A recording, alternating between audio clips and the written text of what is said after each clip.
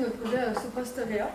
Donc, Storia. Donc, moi, je m'appelle Marie-Ève Carré et j'ai fait la partie fonctionnelle, donc le traitement de données. Antoine Curet, fonctionnel aussi, responsable affiche, description du produit et calcul de rendement, etc. Jérémy Caron, développeur et en charge de la partie prototypage et programmation C du système. Alors, la problématique auquel nous avons été confrontés, c'était la RT 2020.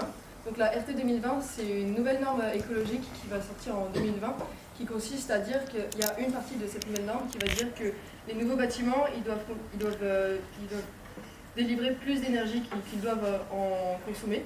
Donc pour répondre à cette demande, nous on a pensé à optimiser l'utilisation des rayons solaires. Donc pour faire ça, on a pensé à l'idée Sopra Steria. Donc Sopra Steria, ce sont des stores intelligents. Notre idée pour cette fonctionnalité différente, suivant la saison que vous voulez utiliser.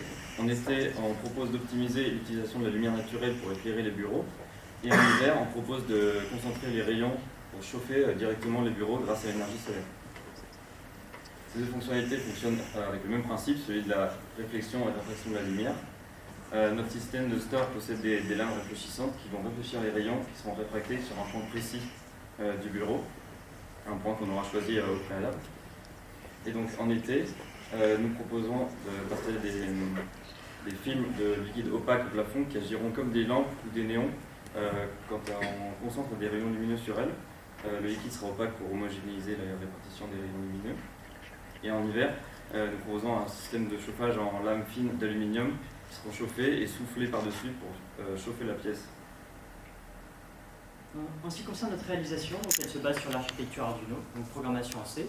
Donc ça permet en fait d'avoir un environnement qui permet de mettre en relation le système avec son environnement, avec plusieurs modules.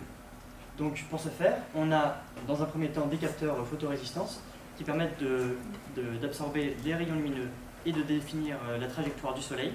En fonction de la trajectoire de ces rayons lumineux qui vont arriver sur les stores miroirs, ces derniers vont être asservis, motorisés et réfléchis et vont permettre de réfléchir la lumière sur un faisceau qui sera à l'intérieur au plafond.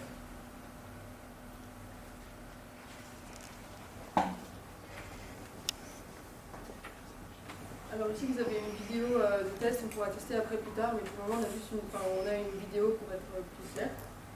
Donc, sur la droite, là, vous pouvez voir les capteurs, comme Jérémy est en train de mettre la lumière sur ces capteurs.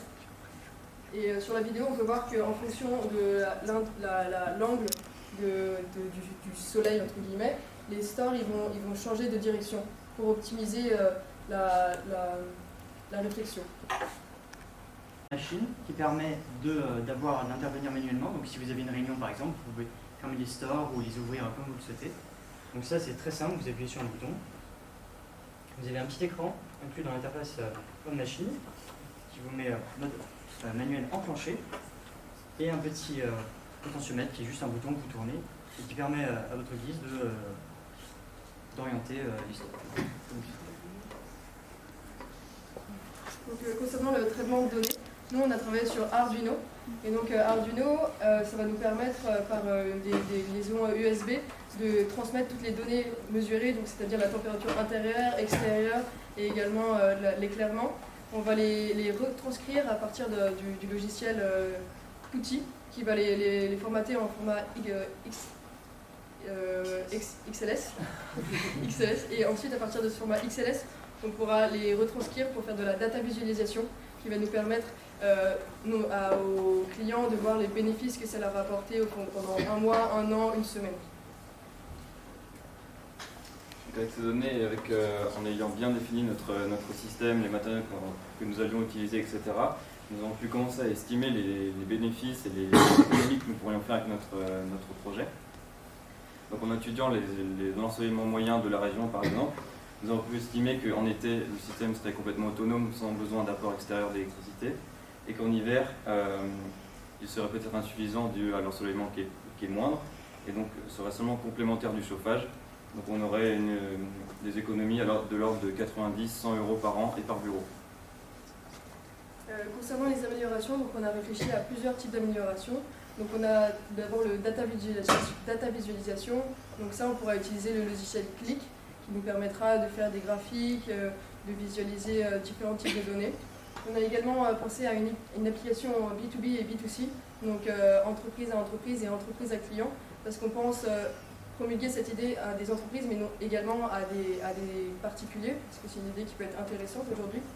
On a également pensé à un service de maintenance, parce que c'est quand même un gros système qui va sûrement demander plusieurs types de maintenance.